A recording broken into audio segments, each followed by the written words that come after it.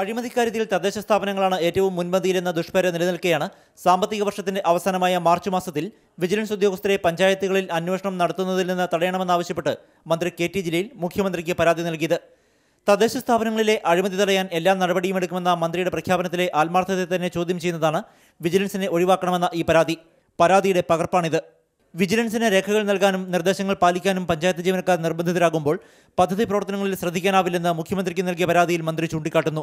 അതിനാൽ പരാതികളില്ലാത്ത പഞ്ചായത്തുകളിൽ മാർച്ച് 31 വരെ വിജിലൻസ് അന്വേഷണം ഒഴിവാക്കാൻ നടപടി വേണമെന്നാണ് മന്ത്രി ജലീൽ മുഖ്യമന്ത്രിയോട് ആവശ്യപ്പെട്ടത്. ഏറ്റവും കൂടുതൽ സാമ്പത്തിക ഇടപാടുകൾ നടക്കുന്ന മാർച്ചിൽ വിജിലൻസ് പരിശോധന ഒഴിവാക്കണമെന്ന തദ്ദേശ വകുപ്പ് മന്ത്രിയുടെ ആവശ്യമാണ് ഇരട്ടത്താപ്പ് വ്യക്തമാക്കുന്നത്. പരാതി കിട്ടിയ മുഖ്യമന്ത്രി ഇത് വിജിലൻസ് ഡയറക്ടർക്ക് കൈമാറി.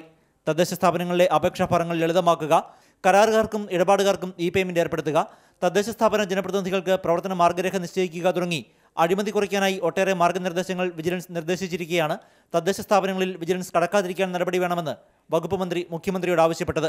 തദ്ദേശ വകുപ്പ് മന്ത്രിയുടെ പരാതിയും വിജിലൻസ് ഡയറക്ടറുടെ പുറത്താക്കലിന് ആക്കം കൂട്ടിയെന്നാണ് സൂചന.